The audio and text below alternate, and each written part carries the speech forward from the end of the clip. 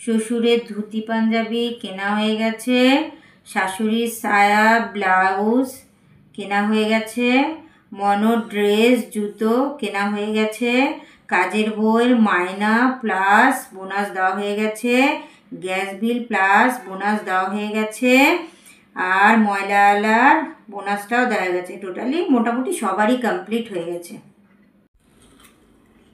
সকলের জন্য কেনাকাটা করছো, বোনাস টোনাসও দিছো, তা তুমি কিছু নিবে না?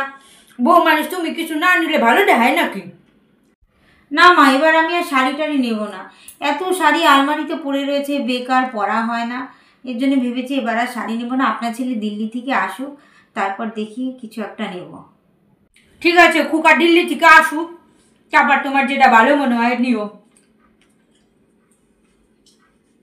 এই যদি আমি এখন বলি যে আমি ডায়মন্ডের ইয়াররিং নেব, তাহলে তো কুরুক্ষেত্র লাগিয়ে দেবে।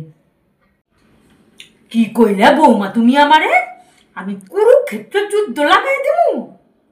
না মা, আমি আপনাকে কিছু বলিনি তো, ওই মনকে কুরুক্ষেত্র যুদ্ধ সম্পর্কে বলছিলাম তো, তাই। তাই কও, আমি তো ভাবতেছিলাম আমারে কইতেছো তুমি।